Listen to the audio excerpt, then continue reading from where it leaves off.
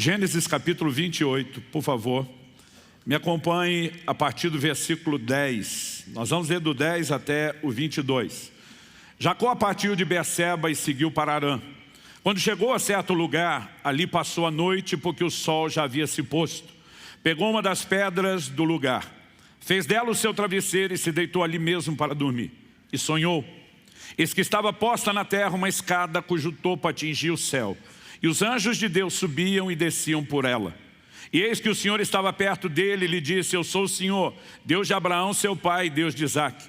A terra em que agora você está deitado, eu a darei a você e a sua descendência. A sua descendência será como o pó da terra. Você se estenderá para o oeste, para o leste, para o norte e para o sul. Em você e na sua descendência serão benditas todas as famílias da terra. Eis que estou com você e o guardarei por onde quer que você for. Farei com que você volte para essa terra, porque não o abandonarei até que eu cumpra aquilo que lhe prometi. Quando Jacó despertou do sono, disse: na verdade o Senhor está nesse lugar e eu não o sabia. E temendo disse: quão temível é este lugar! É a casa de Deus, a porta dos céus. Se você puder, repita comigo essa frase: é a casa de Deus, a porta dos céus. Só mais uma vez, um pouquinho mais de ânimo e disposição. É a casa de Deus, é a porta dos céus. Verso 18, na manhã seguinte Jacó levantou-se de madrugada, pegou a pedra que havia usado como travesseiro e a pôs em pé como coluna. E sobre o topo dela derramou azeite. E ao lugar, cidade que antes se chamava Luz, deu o nome de Betel. Jacó fez também um voto dizendo: se Deus for comigo e me guardar nessa jornada que empreendo, e me der pão para comer e roupa para vestir, de maneira que eu volte em paz para a casa de meu pai, então o Senhor será o meu Deus. E a pedra que pus como coluna será a casa de Deus. E de tudo que me concederes, certamente te darei o dízimo. Meu Deus, suplicamos graça, favor, entendimento espiritual sendo comunicado com a exposição da Tua palavra. Oramos, ó Deus, não apenas que o Senhor ilumine os olhos do nosso entendimento, mas que o Senhor nos leve a um lugar de percepção das verdades espirituais. Não apenas a capacidade de percebê-las, mas de assimilá-las, de absorvê-las na nossa conduta prática, de maneira que não apenas nos alinhemos ao Teu propósito, Te honrando, Te exaltando e Te glorificando, mas dessa forma podendo desfrutar daquilo que é o Seu plano perfeito e completo para as nossas vidas. Nós oramos em nome de Jesus. Amém. Bom, eu creio que nesse domingo, mais do que mera e simplesmente uma palavra de ensino ou de instrução, eu quero comunicar algo que eu classificaria como uma mensagem profética. Um chamado de Deus ao momento de alinhamento e de preparação para um novo tempo e para uma nova estação.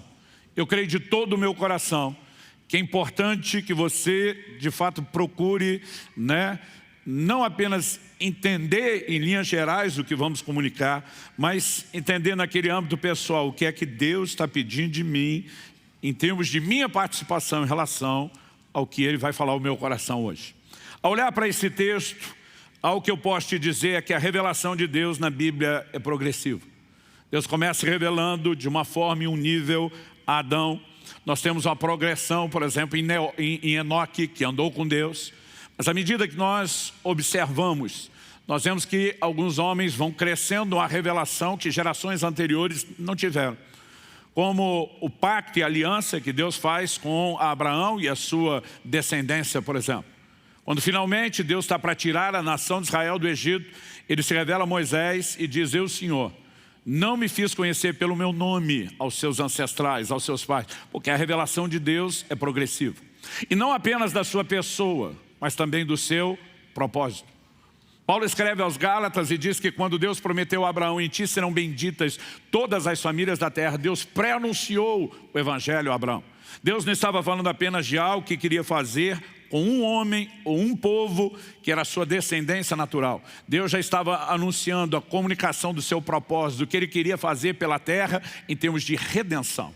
E nós precisamos entender que ao longo da Escritura, não só a revelação da pessoa de Deus, mas do propósito de Deus, ela vem sendo apresentada de forma progressiva. Em Gênesis, no capítulo 31 e no verso 13, nós vemos Deus depois falando com Jacó a respeito da experiência que ele teve naquele lugar que antes chamava Luz e ele passou a chamar de Betel. Betel no hebraico significa casa de Deus. Em Gênesis 31:13, Deus diz: eu sou Deus de Betel, onde ungiste uma coluna, onde me fizeste um voto. Levanta-te agora, sai dessa terra e volta para a terra da tua parentela. Basicamente Deus está dizendo, estamos continuando de onde paramos lá em Betel. Eu sou Deus de Betel, onde você ungiu a coluna. Quando Deus se revela dizendo, eu sou Deus de Betel, posteriormente, voltando a Betel, Jacó chamará Deus pelo nome de El Betel, que significa o Deus de Betel. Há algo específico nessa revelação, a ponto de Deus incorporá-la, dizendo, eu sou o Deus que apareci lá, que desde então estou tentando comunicar algo. Por que Jacó chamou aquele lugar de casa de Deus? Só porque Deus lhe apareceu? Não. Mas porque ele viu uma escada que ligava a terra e céus. Essa conexão é evidente porque anjos estão subindo e descendo. Então, quando os anjos estão descendo, a Bíblia está dizendo, os céus se conectaram com a terra. Quando os anjos estão subindo, a terra se conectou com o céu. É um caminho de ida e vinda. E é esse conceito de uma ligação entre terra e céus que expressa fortemente o entendimento do que é casa de Deus. O que Deus construirá ao longo da revelação que nós encontramos na Escritura não pode ignorar esse detalhe, uma ligação entre terra e céu.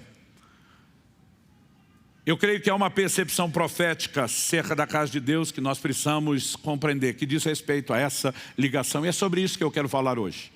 Eu quero construir isso em 3 partes distintas. Na primeira, eu quero te apresentar uma visão panorâmica de casa de Deus na Bíblia. Na segunda e na terceira parte, eu quero pegar 2 experiências de Jacó em Betel. A primeira, revelação do texto que nós lemos. A segunda, depois em Gênesis 35, quando ele volta. E juntando essas 2, nós percebemos que Deus nos traz uma visão sobre igreja, que eu e você precisamos carregar. Isso nos ajuda a entender como ser igreja. Igreja não é um ambiente onde você simplesmente frequenta. Não é apenas uma comunidade onde você participa. É um lugar onde há uma conexão entre terra e céus. E nós precisamos compreender isso. Então vamos começar falando sobre a visão da casa de Deus. A primeira revelação bíblica mais clara e evidente de que Deus quer manifestar sua presença, sua habitação no meio dos homens, já começa no Éden. Quando depois de criar o primeiro casal, eu brinco que Deus não respeitou nem a lua de mel do primeiro casal. Todo dia ele visitava aqueles 2. O que é que ele estava comunicando desde o início? Eu não os criei para viverem sozinhos, desconectados ou distantes de mim. Eu quero ser parte da vida de vocês. Eu quero conexão com vocês. No entanto, é a partir de Jacó que a expressão casa de Deus aparece na Bíblia e um conceito começa claramente a ser criado. Então, a revelação da casa de Deus começa com Jacó. Depois evolui com Moisés, quando Deus o orienta a estabelecer um tabernáculo, uma tenda móvel. E nós percebemos que o livro de Hebreus fala, daqui a pouco vamos ler sobre isso, que Moisés foi fiel sobre a casa de Deus como servo. Então, o conceito de casa de Deus evolui. Nós temos depois uma nova progressão. Eu vou pular o tabernáculo de Davi e eu vou pular direto para o templo que Salomão constrói. E novamente, dessa vez não uma tenda móvel, mas uma casa fixa e uma revelação maior da casa de Deus vai sendo comunicada. Depois Ezequiel começa a falar do período de restauração pós-cativeiro de Babilônia e nós vemos anúncios de uma reforma e restauração no templo, o que literalmente acontece por meio de Herodes, que era o templo que Jesus frequentou durante os seus dias. Mas quando a gente observa o conceito do Novo Testamento de casa de Deus, nós percebemos que essa ideia de um ambiente físico, de um lugar geográfico, ela passa por uma mudança de conceito. Em Atos, no capítulo 7, na pregação de Estevão, vou ler do verso 44 ao 49, nós lemos: o tabernáculo do testemunho, uma das formas de se referir ao tabernáculo de Moisés. O tabernáculo do testemunho estava entre nossos pais no deserto, como determinar aquele que disse a Moisés que o fizesse segundo o modelo que tinha visto, o qual também nossos pais com Josué, agora está falando da próxima geração, tendo recebido o levaram, quando tomaram posse das nações que Deus expulsou da presença deles até os dias de Davi. Esse achou graça diante de Deus e lhe suplicou a faculdade de prover morada para o Deus de Jacó. Mas foi Salomão quem lhe edificou casa. Entretanto, não habita o Altíssimo em casas feitas por mãos humanas, como diz o profeta. O céu é o meu trono e a terra o estrado dos meus pés. Que casa me edificareis, diz o Senhor, ou qual é o lugar do meu repouso? Embora o próprio Deus tenha construído o conceito de uma casa, de um lugar de habitação, agora Estevão, no contexto da nova aliança, está pregando: Deus não habita em casas feitas por mãos humanas. Mas habitou, mas não habita mais. Quando Jesus brada na cruz, está consumado, a Escritura registra que o véu do templo, que dividia o santo lugar dos santos, o santo dos santos era o lugar da presença de Deus. Uma única pessoa, o sumo sacerdote, uma vez por ano, no dia da expiação, podia entrar naquele lugar com sacrifício, senão morreria.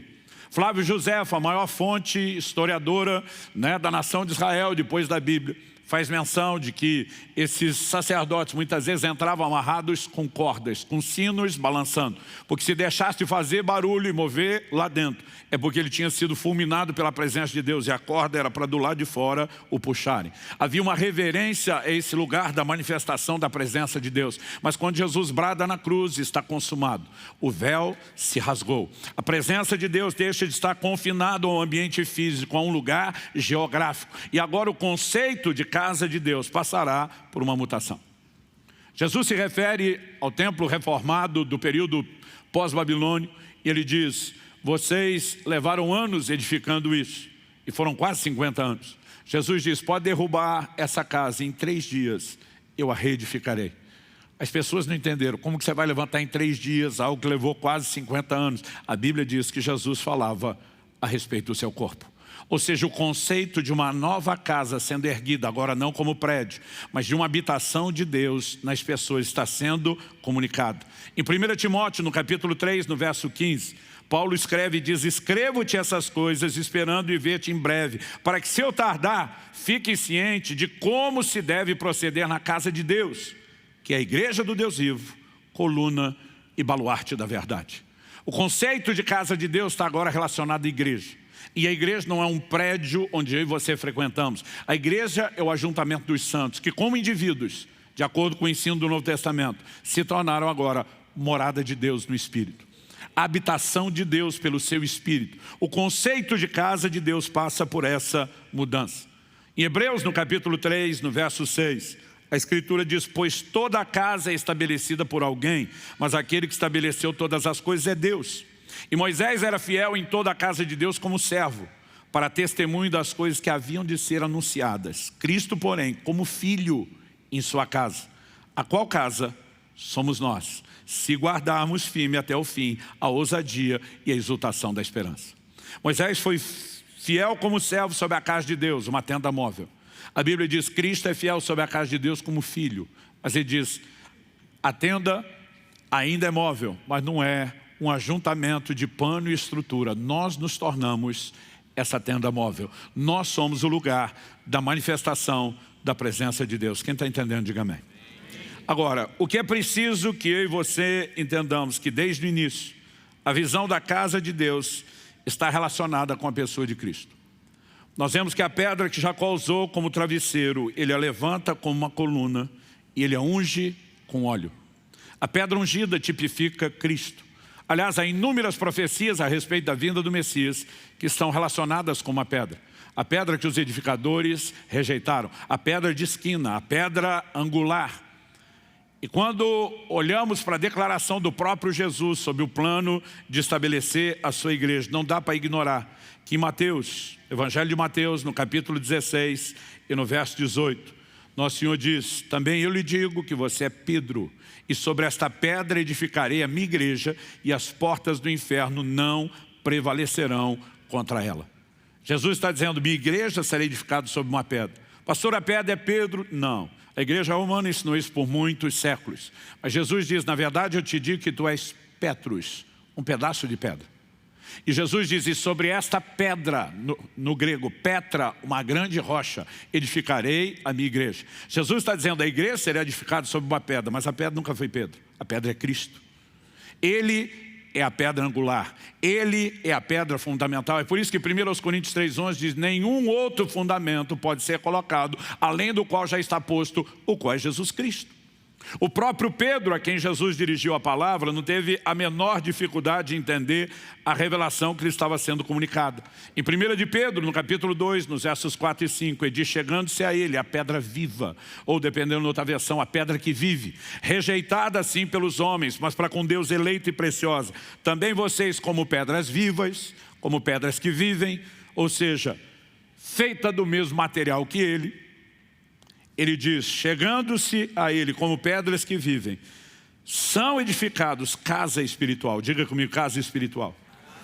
Porque Deus nos edifica como casa, Ele é a pedra fundamental, nós somos pedras. Imagine no lugar de pedras aqui o conceito de tijolos, que é isso que ele está imaginando, sendo edificados sobre Ele, uns sobre os outros, tendo Ele como fundamento. Nós estamos sendo edificados sobre Cristo como uma casa. Com qual propósito? Para, aqui o indicativo de propósito, para serem sacerdócio santo, a fim de oferecerem sacrifícios espirituais agradáveis a Deus por meio de Jesus Cristo. Quando nós olhamos o conceito de casa de Deus, obviamente tudo começa a partir da pedra que é Cristo. Ele é a pedra ungida. Aliás, a palavra Messias, do hebraico do Antigo Testamento, que equivale a Cristo, do grego do Novo Testamento, significa ungido. Ele é o fundamento da casa de Deus. E talvez seja por isso que Nosso Senhor faz uma afirmação em João capítulo 1, que nós não podemos deixar fora dessa equação. A partir do verso 45 nós lemos: Filipe encontrou Natanael e lhe disse: achamos aquele de quem Moisés escreveu na lei e a quem se referiram os profetas, Jesus, o Nazareno, filho de José. Então Natanael perguntou: de Nazaré pode sair alguma coisa boa? Filipe respondeu: venha ver. Jesus viu Natanael se aproximar e disse a respeito dele: eis um verdadeiro israelita em quem não existe fingimento algum. Natanael perguntou a Jesus: de onde o Senhor me conhece? Tem gente que até para você elogiar é complicado. Jesus respondeu: antes de Filipe chamá-lo, eu já tinha visto você debaixo da figueira. Então Natanael exclamou: mestre, o Senhor é o Filho de Deus, o Senhor é o Rei de Israel. Ao que Jesus lhe respondeu: você crê porque eu disse que tinha visto você debaixo da figueira? Pois você verá coisas maiores do que essa. Guarde isso, você verá coisas maiores do que essa. A igreja é estabelecida e fundamentada num ambiente de manifestações sobrenaturais. Deus está tentando chamar a nossa atenção para um lugar, para uma dimensão, onde nós precisamos entrar e viver coisas maiores do que aquelas que nós já vivemos. E acrescentou, então uma coisa está ligada à outra. O que ele acrescentou? em verdade lhes digo, que vocês verão os céus abertos e os anjos de Deus subindo e descendo sobre o Filho do Homem. Do que é que você acha que Jesus está falando? Ele volta lá num dos primeiros conceitos da revelação da casa de Deus e diz aqui: a porta dos céus está aberta. Há uma ligação entre terra e céu, anjos subindo, anjos descendo. Nós acabamos falando muito pouco no dia a dia da vida cristã a respeito da ação e do ministério dos anjos. Mas Hebreus capítulo 1, verso 14 diz que eles são espíritos ministradores enviados a serviço daqueles que hão de herdar a salvação. Eu creio que nós vamos entrar num tempo onde veremos muito mais da atividade angelical, onde veremos muito mais do sobrenatural. E Jesus está dizendo: eu sou aquela pessoa que veio proporcionar o cumprimento, não de um sonho de alguém que dormiu de barriga cheia, mas de alguém que teve um sonho, uma visão e um entendimento profético. Há uma conexão entre céus e terra. Anjos estão subindo e descendo. O sobrenatural se instala e se estabelece na terra através da igreja de Jesus. Nós precisamos entender o que é o conceito de casa de Deus e parar de acreditar que igreja é um lugar para se frequentar, uma mera comunidade para se pertencer. É um lugar de conexão entre céu e a terra. Quem está entendendo, diga amém. Com isso, Jesus está nos comunicando o quê? Que os moldes da igreja, da revelação do entendimento da igreja, são os mesmos estabelecidos na visão de Betel. Dito isso, eu gostaria, em segundo lugar, depois de dar o panorama do que é a visão bíblica de casa de Deus, que a gente avaliasse a primeira revelação de Jacó, do texto que lemos de Gênesis 28. E depois disso, em terceiro e último lugar, nós vamos avaliar a segunda experiência de Jacó em Betel, que eu chamaria de uma revelação complementar. Então, voltando a Gênesis 28, nós temos pelo menos 3 verdades sobre a igreja que precisam ser destacadas. A primeira delas diz respeito ao lugar da manifestação da presença de Deus. Quando se usava o termo casa, se falava de um lugar da morada. O lugar onde alguém mora é o lugar onde a sua presença é encontrada. Um dos primeiros conceitos ligados à igreja é de que ele ou ela é o lugar da manifestação da presença de Deus. Em Gênesis 28:13, a Bíblia diz que ao acordar, na verdade antes mesmo de acordar, enquanto sonhava, a Bíblia diz que ele viu que havia uma escada cujo topo atingia o céu, anjos subiam e desciam, mas ele diz, o Senhor estava perto dele. Ou seja, o Senhor não está nem no céu e nem na escada. O Senhor já estava em pé ali na terra. A primeira percepção é o lugar da presença de Deus. No verso 15, Deus no sonho diz para ele, eis que eu estou com você e o guardarei por onde você for. Farei com que você volte para essa terra, porque não o abandonarei. Não só estou do seu lado, mas vou continuar, como diria o bom mineiro do interior, agarrado em você. Não desgrudo, não te largo até que eu cumpra aquilo que te prometi. Deus está dizendo, a revelação da casa de Deus é um lugar onde a minha presença se manifesta. E isso se manifesta de forma a afetar vocês. A gente costuma dizer que Jacó, quando lutou com o anjo no Val de Jaboque, diz, não te deixarei enquanto não me abençoares. Como se ele tivesse inventado essa fala. Ele copiou. Quem falou isso primeiro foi Deus, muito tempo antes. Deus disse, eu não te deixarei enquanto não tiver cumprido tudo aquilo que eu te prometi. Sabe, eu e você precisamos entender que antes mesmo da nossa disposição de dizer eu não te largo, ele está dizendo que não te larga sou eu. Quem toma a iniciativa sou eu. Quem começa esse processo sou eu. E sabe, o conceito da manifestação da presença de Deus está aí. No verso 16, quando ele acorda, ele diz, o Senhor está nesse lugar. E eu não sabia. O que significa eu não sabia? Que a presença de Deus pode se manifestar, mas isso não significa que necessariamente você vai desfrutar, a menos que se conecte. Nós precisamos entender isso. Deus não passou a estar naquele lugar a partir do sonho. Ele diz, o Senhor já estava aqui. Acho que aqui caberia o cântico de antigamente. Quando eu cheguei aqui, meu Senhor já estava. O lugar da presença de Deus.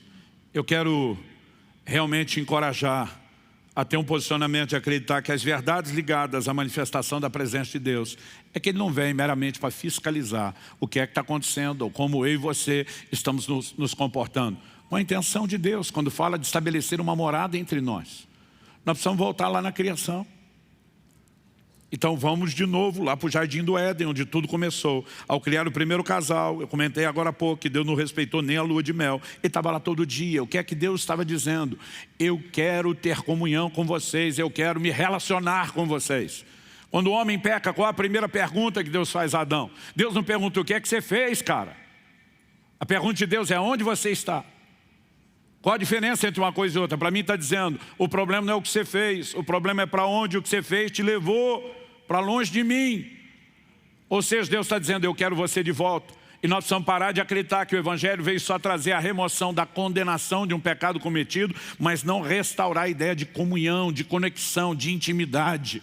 Salmo 25:14 diz, a intimidade do Senhor é para aqueles que o temem, aos quais Ele dará a conhecer a sua aliança. O propósito da manifestação da sua presença, antes de mais nada, diz respeito à comunhão. Deus quer que nós o desfrutemos por quem Ele é. Mas inevitável e consequentemente, isso também significa intervenções, manifestações. Ele está dizendo, eu vou te guardar, eu vou te abençoar, eu vou te fazer prosperar, eu não te largo até cumprir tudo aquilo que eu te prometi. Mas mesmo quando falamos de intervenção, não se trata meramente de Deus tentando simplesmente nos mimar. Significa nos abastecer, nos dar recursos e condições para que um propósito seja cumprido. Eu não te deixo até cumprir o que eu prometi. Deus está dizendo, não é uma bênção sem propósito, é uma capacitação, são ferramentas e recursos para que você cumpra o propósito. Ser parte da igreja é estar inserido dentro de um propósito. Deus tem um projeto extraordinário. Um dia encontrei uma pessoa que estava toda empolgada porque tinha sido contratado por uma empresa multinacional. Nós estamos em mais de 100 nações. Falei, grandes coisas, eu estou inserido no maior empreendimento do universo. Nós precisamos entender a grandeza daquilo que Deus nos inseriu e o propósito pelo qual nós nos tornamos parte disso. Não para sermos meros espectadores, não para ser só gente que desfruta, mas para sermos cooperadores de Deus dentro do processo. A segunda verdade, depois de entender a presença de Deus, diz respeito a entender essa ligação entre terra e céus. A porta dos céus significa duas coisas. Em primeiro lugar, é o meio através do qual os céus podem entrar na terra. Deus deseja influenciar a terra com toda a realidade e recursos do céu. É por isso que em Mateus, no capítulo 6, no verso 10, nós somos ensinados a orar: venha teu reino. O reino precisa vir dos céus sobre a terra. Seja feita a tua vontade. O reino é o lugar onde a vontade de Deus prevalece, onde Ele governa.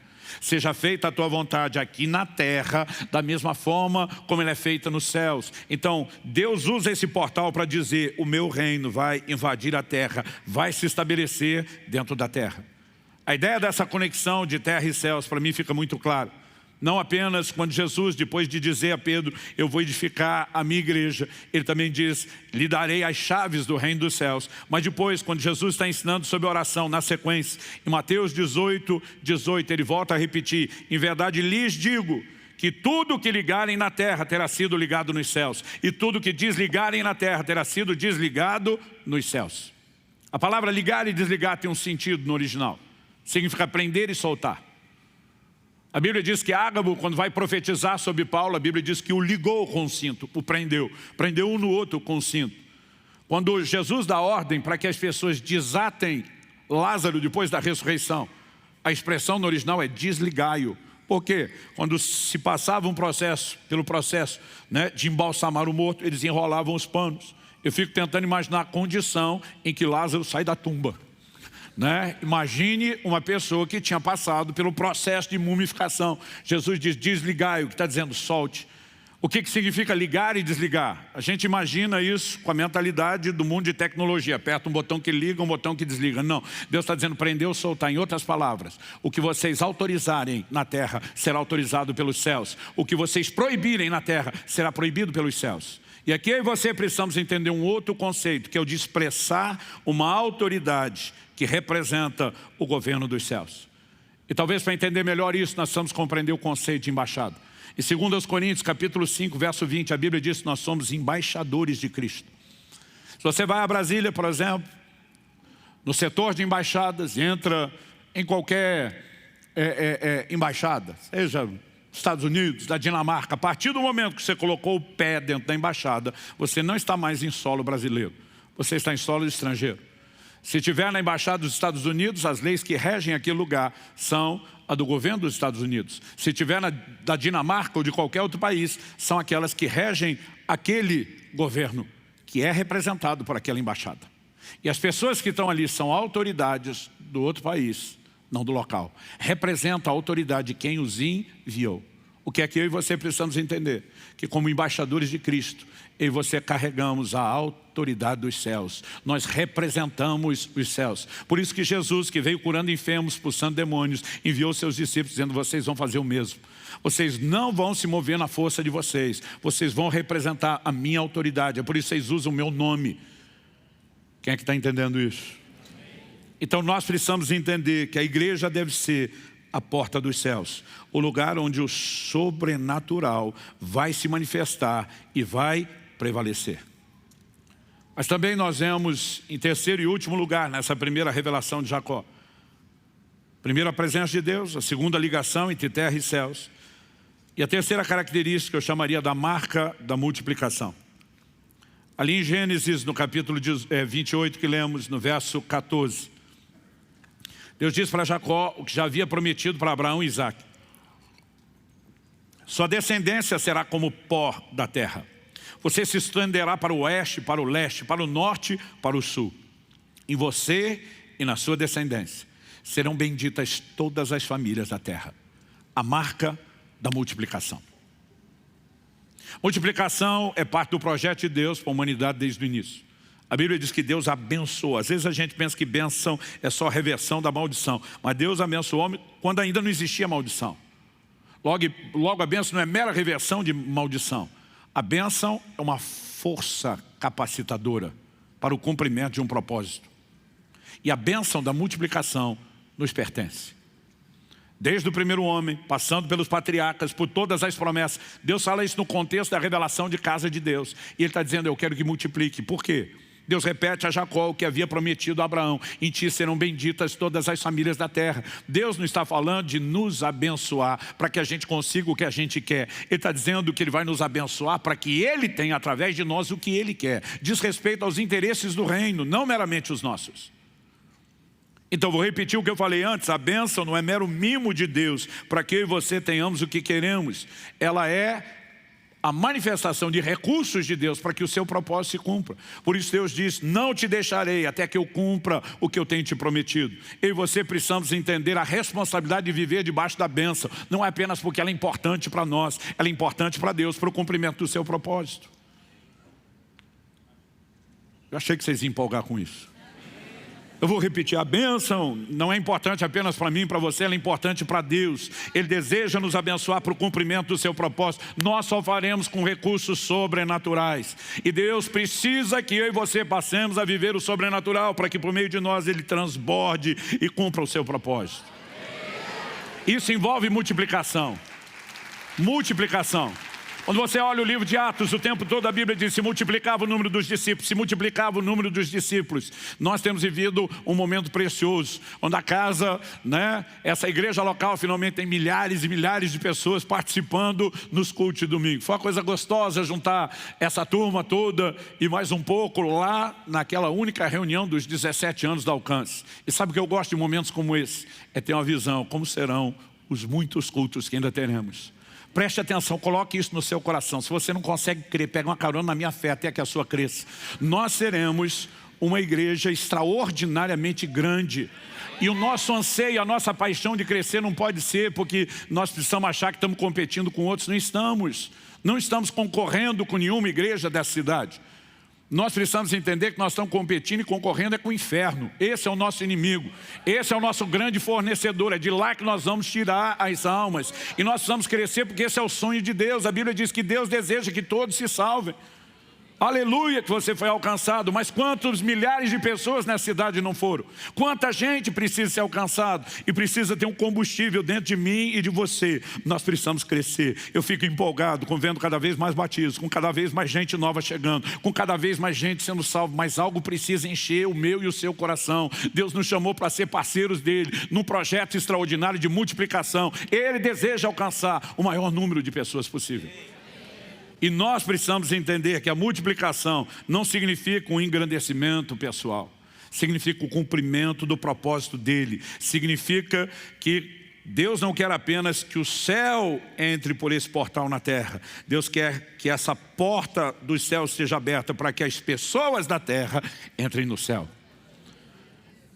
E quando chegarmos diante do Senhor, a minha vontade é poder fazer uma declaração parecida com o que o livro de Hebreus cita Jesus na sua chegada. Eis-me aqui, e os filhos que Deus me deu. Eu tomei uma decisão um dia, eu não vou para lá sozinho. Eu vou carregar uma tropa comigo. Eu quero carregar muita gente comigo. E cada um de nós precisa entender que isso é parte de um chamado. A multiplicação não era Deus dizendo: vou te dar uma descendência numerosa para que você ache que você é o cara. Deus está dizendo: eu quero abençoar as famílias da terra. Eu tenho um projeto para a terra e eu preciso me multiplicar por meio de vocês para alcançar o que eu quero. A barca da multiplicação. A nossa declaração de visão, a afirmação é: somos uma crescente comunidade de discípulos, com viver santo, que se reúne no templo e nas casas para ministrar ao Senhor, aos santos e ao mundo. Somos uma crescente, é a primeira declaração. Algo dentro de mim, dentro de você precisa queimar. Crescimento, multiplicação, crescimento, multiplicação, crescimento, multiplicação. Não diz respeito a gente, mas ao grande sonho e ao projeto divino. E decidimos ser parceiros dele, entender que a casa de Deus tem que carregar a marca da multiplicação. Quem está entendendo, diga amém. Jacó se levanta de Betel e segue sua jornada fugindo de seu irmão Esaú. Ele passa 20 anos servindo Labão, que vem a se tornar seu sogro. Até que finalmente Deus o chama de volta. No processo da volta, Jacó já havia cruzado o val de Jaboque, já havia encontrado seu irmão Esaú, com quem se reconciliou. Finalmente, Gênesis 34, ele se estabelece em Siquém, onde ele vive uma experiência familiar trágica. Sua filha é violentada, seus filhos usam de violência, derramando sangue inocente em nome de uma suposta vingança ao que fizeram à irmã. Jacó está desesperado, agora os cananeus vão se unir, nós somos um grupo pequeno, eles vão acabar conosco. Ele está vendo a possibilidade do seu fim. Ele está vivendo um momento péssimo na família. É nessa hora que nós temos a segunda revelação de El Betel, o Deus de Betel. Gênesis capítulo 35, eu quero ler a partir do verso 1 até o verso 7, diz: Deus disse a Jacó, levante-se, vá para Betel e habite ali. Observe a frase, vá para Betel e habite ali. Deus está dizendo, nós temos que recomeçar. Até agora você não está fazendo nada direito. E nós vamos começar direito. Faça ali um altar ao Deus que lhe apareceu quando você fugia do seu irmão Esaú. Deus diz, nós vamos retomar lá onde nós paramos, em Betel. E você volta lá para fazer um altar. Então Jacó disse à sua família, a todos os que estavam com ele, joguem fora os deuses estranhos que há no meio de vocês. Purifiquem-se e troquem de roupa. Antes de continuar, pensa comigo. O camarada com quem Deus tem uma aliança, por meio de quem Deus vai cumprir o seu propósito na terra. Tem gente na sua própria família com ídolos, que por alguma razão, difícil de aceitar ou engolir, ainda estão sendo tolerados. Mas Jacó decide um posicionamento, nós vamos começar uma limpeza. Vamos dar fim nos ídolos. A idolatria sempre se tornou um problema para a nação de Israel. Interessante é que mesmo posteriormente, em gerações bem adiante, nós vamos ver que o problema parecia se conservar. No final dos seus dias, Josué, ele se posiciona diante de uma geração e diz no verso 14 de Josué 24, agora pois temam o Senhor e o sirvam com integridade e com fidelidade. Joguem fora os deuses que os pais de vocês serviram do outro lado de Eufrates e no Egito, e sirvam ao Senhor. Mas se vocês não quiserem servir o Senhor, escolham hoje a quem vão servir. Se os deuses ao quem os pais de vocês serviram do outro lado de Eufrates, ou os deuses dos amorreus em cuja terra vocês estão morando. Eu e minha casa já fizemos nossa escolha, nós serviremos ao Senhor. Agora, do que é que Josué está falando? Josué fala de 3 tipos de ídolos. Os deuses do Eufrates, do outro lado do Eufrates. Os deuses do Egito. Os deuses dos amorreus, ou da terra de Canaã. Da terra de Canaã é o lugar onde eles haviam acabado de entrar. O do Egito é de onde seus pais tinham saído. O que são os deuses do outro lado de Eufrates? São os ídolos da família de Abraão. Eles ainda eram parte da história. Gerações e gerações de pessoas ouvindo o plano e o propósito de Deus e que nunca se desligaram de determinadas coisas. Nesse momento Deus diz para Jacó, quer sair da miséria que você está? Quer ver o meu propósito se cumprir? Tem que ter santificação. Tem que ter comprometimento sério e profundo. Senão a coisa não anda. Senão não vai passar de nível. Eu e você precisamos entender que muitas das tragédias vividas na família de Jacó não é porque Deus o determinou. Muitas delas foram portas abertas para o reino das trevas, por meio de brechas e ilegalidades dadas. A Bíblia diz que a própria Raquel, a amada de Jacó, quando sai da casa de Labão, furta os ídolos do seu pai. E quando ele vem atrás e denuncia, Jacó indignado diz, aquele com quem tiver os seus deuses, seus ídolos, morra. Ele procura no encontro. E Raquel os escondeu bem. Mas aquela palavra acaba pesando. Ela é a primeira do grupo a falecer, de forma prematura. Muitas vezes nós estamos atribuindo a Deus a culpa de coisas que são legalidades que nós temos dado ao reino das trevas, por falta de um comprometimento com Ele. E a partir do comprometimento que Deus lutará em nosso favor, não com a falta dele. Quem está entendendo, diga amém. Então ele diz, joguem fora os deuses estranhos que é no meio de vocês, purifiquem-se, troquem de roupa. Verso 3, vamos nos preparar e ir para Betel. Farei ali um altar ao Deus que me respondeu no dia da minha angústia e me acompanhou no caminho por onde andei. Então deram a Jacó todos os deuses estranhos que tinham em mãos e as argolas que lhes pendiam das orelhas. E Jacó os escondeu debaixo do carvalho que está junto a Siquém. Quando eles partiram, o terror de Deus invadiu as cidades vizinhas e não perseguiram os filhos de Jacó. Assim Jacó chegou à luz, chamada Betel, que fica na terra de Canaã, ele e todo o povo que estava com ele, e edificou ali um altar, e aquele lugar deu o nome de El Betel, no hebraico significa Deus da casa de Deus, porque ali Deus havia se revelado a ele quando ele estava fugindo do seu irmão. O que é que nós aprendemos na segunda revelação que Jacó tem? Aqui nós não temos a manifestação clara de uma aparição de Deus, a não ser o chamado para ir a Betel. Mas a compreensão das coisas que se desenrolam, evidentemente, deve ser interpretada como um entendimento que Deus está comunicando. Quase como quem diz, não adianta ter aquela primeira parte da revelação sem ter essa outra. Na segunda, a primeira coisa que Deus faz é, não faz o menor sentido você entender que eu tenho uma casa e não edificar um altar. Então preste atenção. Pedro, em 1 de Pedro 2,5, diz que nós estamos sendo edificados casa espiritual. Qual é o propósito da casa? A fim de ser um sacerdócio santo. Onde tem casa, tem sacerdócio. Qual o propósito de ter sacerdócio? A fim de que ofereçamos sacrifícios espirituais. Onde tem sacerdócio, tem serviço. O conceito de uma casa, destituído do conceito de serviço, é completamente nulo, é incompleto, é sem propósito. Eu e você não podemos querer um lugar onde a presença de Deus se manifesta para nos servir. A presença de Deus se manifesta para nos capacitar a servi-lo. E se nós não tivermos a perspectiva certa e o coração disposto a servir, nós vamos estagnar a manifestação que poderia estar acontecendo na minha e na sua vida. Ou ela vai estar lá e nós, como Jacó, vamos dizer antes, ele estava aqui, eu não sabia, eu não percebi, eu não conectei. Nós precisamos entender o chamado de Deus para uma visão de sacerdócio. Todos nós fomos chamados a servir. Não necessariamente com os mesmos dons, não necessariamente com os mesmos ministérios, mas todos fomos chamados para servir. Pelo amor de Deus, dá um amém aí. Amém. Então, no ambiente, se nós queremos viver a revelação da casa de Deus, nós precisamos entender o serviço não é negociável. E quando falamos de serviço, não falamos apenas de funções que se ocupam nos cultos e programações da igreja. Nós estamos falando de um estilo de vida que envolve basicamente o cumprimento do que é essencial no plano. Se ele quer multiplicar, ele precisa de nós para alcançar pessoas. Evangelizar e cuidar de pessoas é tarefa de todo crente. Deixa eu tentar te provar um ponto da nossa incoerência. Se um traficante se converte, graças a Deus, a gente tem visto eles se converterem. Você há de concordar comigo que se alguém está em Cristo, é uma nova criatura. As coisas velhas já passaram, eis que tudo se fez novo. Que Romanos 8,1 diz que não há mais condenação para quem está em Cristo Jesus. Concorda com isso? Vai olhar para o ex-traficante novo convertido desse jeito? Sim. Mas você concorda comigo que ele vai ter que mudar de ramo? Efésios 4,28, que antes roubava, não roube mais, trabalhe, fazendo com as mãos.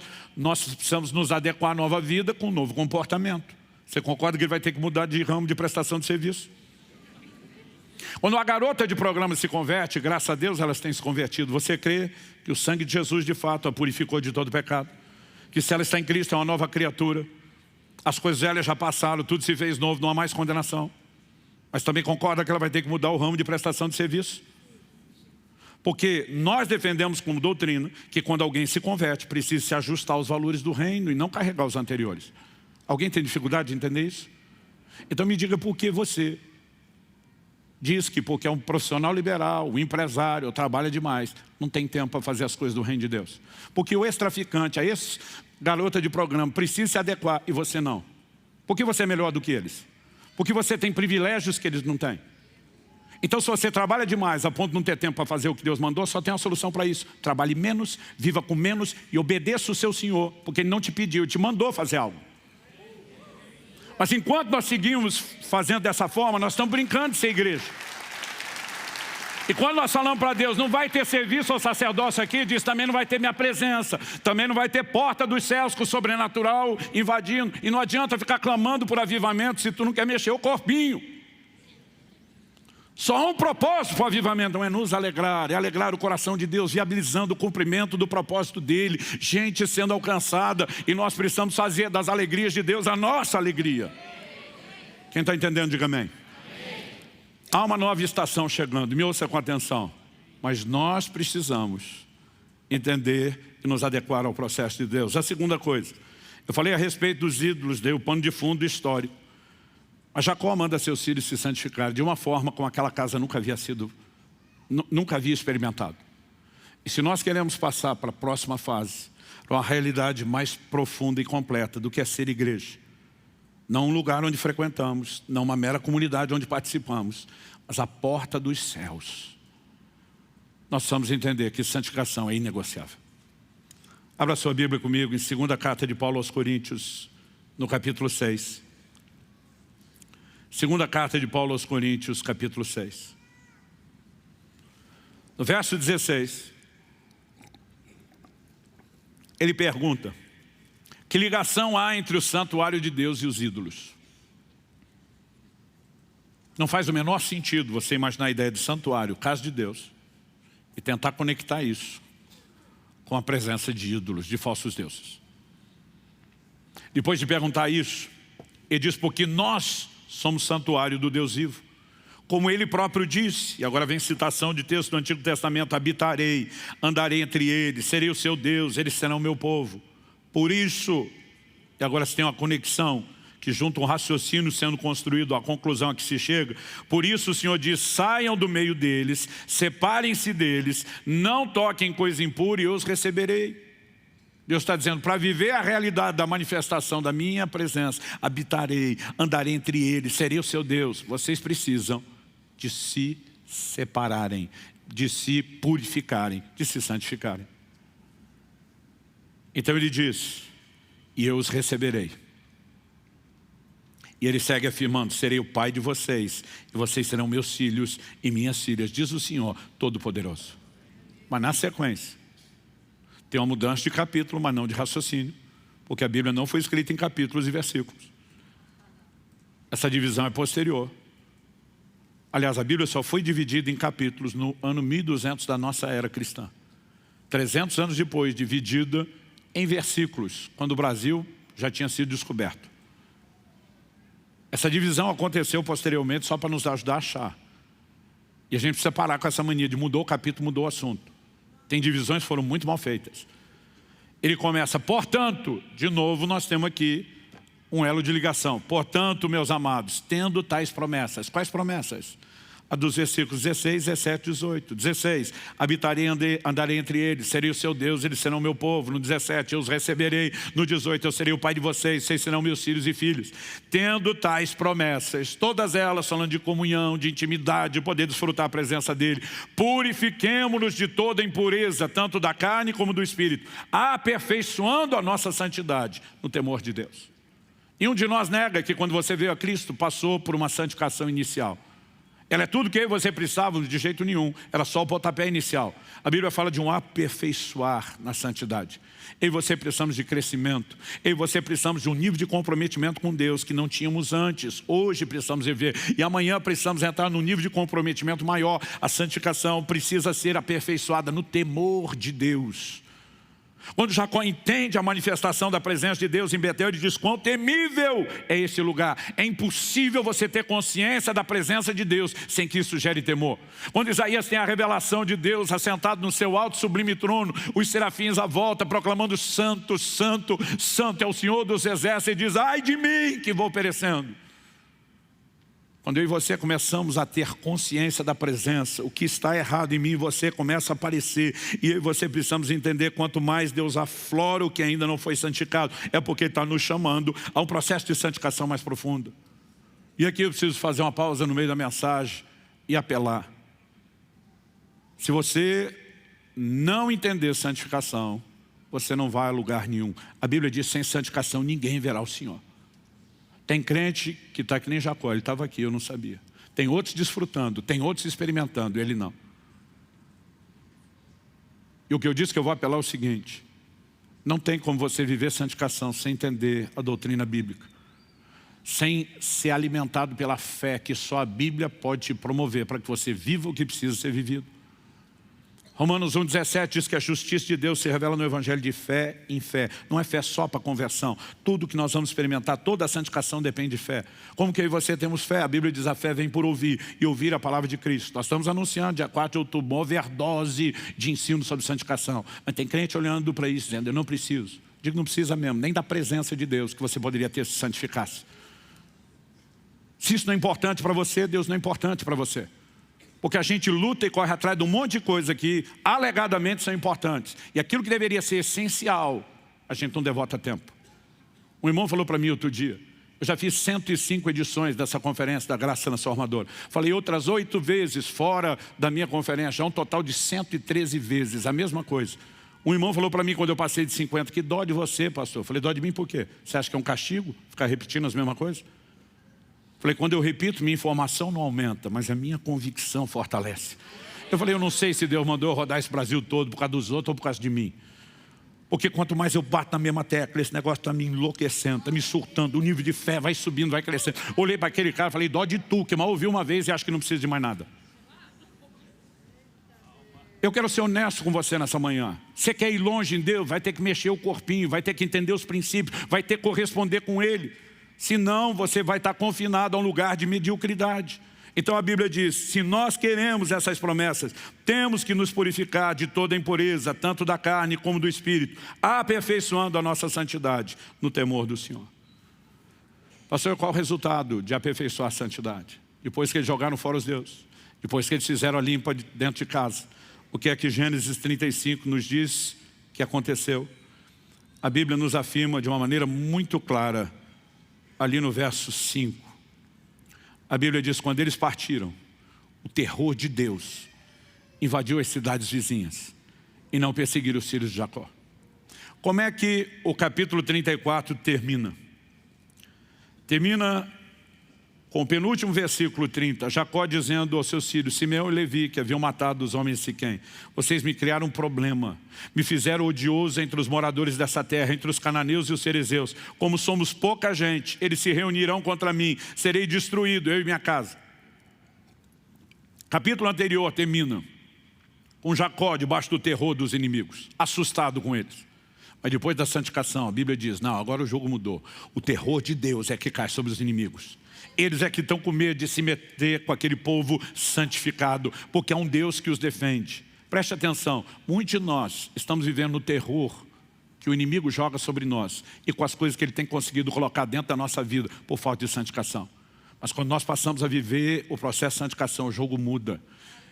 Deus é que vai tocar o terror no inimigo. Jesus diz, quer entender como funciona a minha casa, edificarei a minha igreja, as portas do inferno não prevalecerão. Não tem que ter medo do inferno, o inferno tem que ter medo da gente. A Bíblia diz que aquele que está em nós ainda é maior do que aquele que está no mundo. O crente que se aperfeiçoa na santidade, ele passa a viver não no terror do inimigo, ele passa a tocar o terror no inimigo.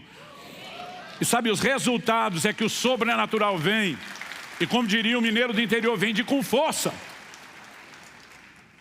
Deus está nos chamando a passar de fase. Deus está nos chamando ao novo tempo. E a escolha se vamos corresponder ou não, pertence a cada um de nós. Eu particularmente tomei uma decisão. Anos atrás ouvi uma frase que é atribuída a Stephen Olford. Ele diz, a espera de um avivamento coletivo não deveria ser a desculpa para não viver um avivamento pessoal. Eu tenho dito para Deus, enquanto estou esperando o seu povo, eles estão demorando. Eu estou indo na frente. Eu vou viver primeiro. Mas honestamente, eu não gostaria de ser o cara que vive o avivamento pessoal e tem vocês como testemunho. Eu gostaria de viver isso com vocês. Agora eu vou dizer, com ou sem vocês, estou indo. Quem quiser vem junto.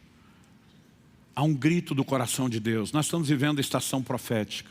Eu creio que é tempo de passar de fase, de amadurecermos o conceito do que é ser igreja, de pararmos de brincar como se fosse meramente um clube de interesses. E nós precisamos nos conectar a esse glorioso projeto que nos foi confiado. E só uma resposta para isso. Entrarmos no lugar da comunhão, da intimidade, por meio da santificação. Usamos a porta do céu para tomarmos os recursos e trazemos dos céus sobre a terra a manifestação da vontade de Deus, das leis de Deus, do governo de Deus, da autoridade de Deus sobre a nossa vida e sobre as pessoas que estão à nossa porta. E aí nós vamos ver Deus tocar o terror no inimigo, em vez da gente viver do terror do inimigo. A Bíblia diz, resistir ao diabo e ele fugirá de vós. Enquanto nós podemos botar o diabo para correr.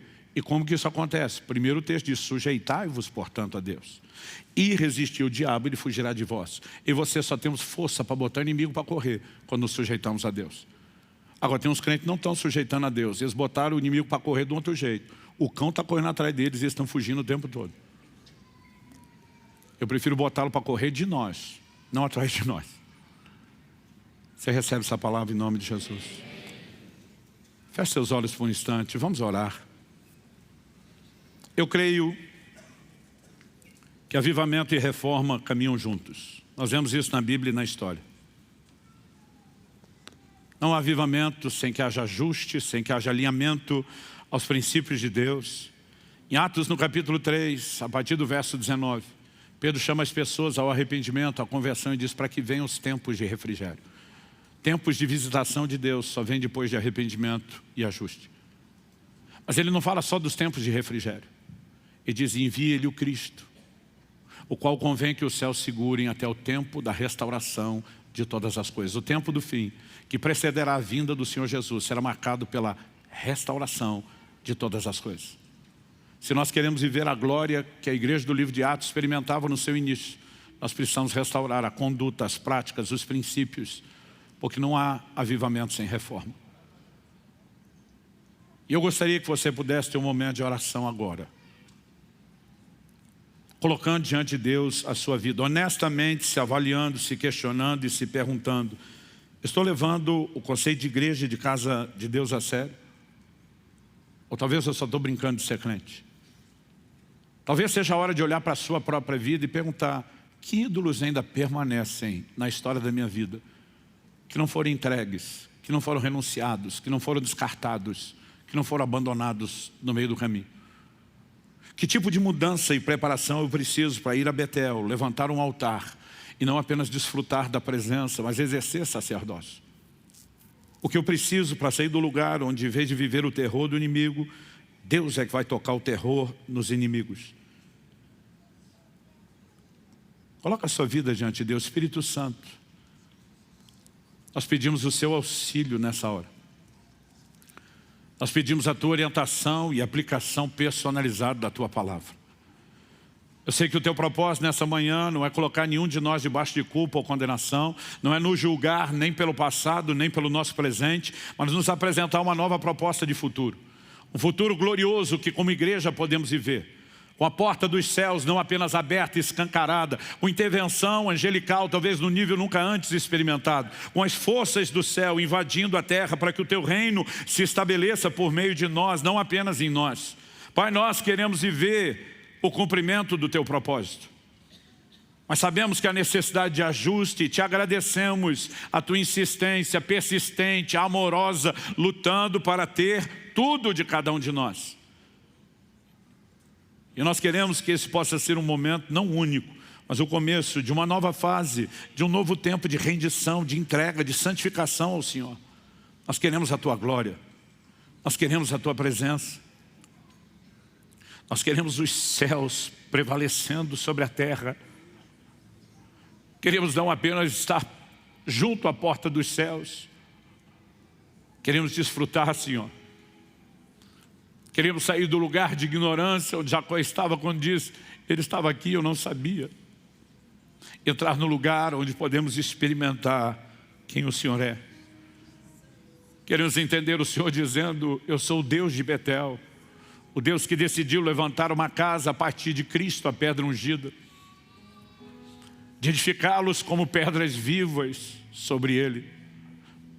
Nós queremos ser do mesmo material e da mesma composição que a pedra fundamental. Nós queremos ser parecidos contigo, nós queremos viver santidade e queremos ver a glória e a autoridade, o poder do teu reino restauradas e fluindo de forma desobstruída na tua casa.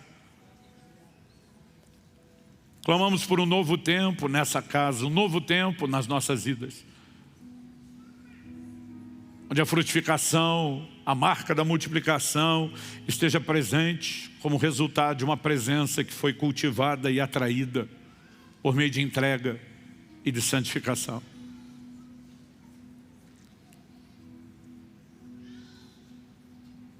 Coloca a sua vida diante de Deus. Em poucos minutos nós vamos participar da ceia do Senhor. Este é um momento onde a Bíblia nos instrui, examine-se o homem a si mesmo. Eu quero que diante do Senhor, com o temor da consciência da presença dEle, se há necessidade, arrependimento e santificação hoje, que você faça isso aqui e agora. Que você não apenas se dispõe, mas ore dizendo, Senhor, eu não quero que nada disso termine no final desse culto e reunião. Eu quero viver um novo tempo, eu quero viver uma nova fase. Eu quero experimentar a Tua presença se manifestando nesse lugar chamado a porta dos céus, a Tua casa.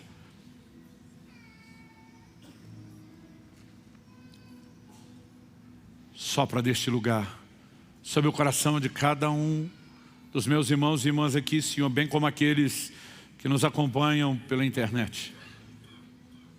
Nós oramos pelo Teu toque, pelo Teu agir sobrenatural. Nós oramos por um novo tempo, não só de entrega e rendição, mas de compreensão da expressão do poder do Teu reino. Queremos viver à altura do que o Senhor propôs como embaixadores que Te representam, que expressam sua autoridade e o seu governo.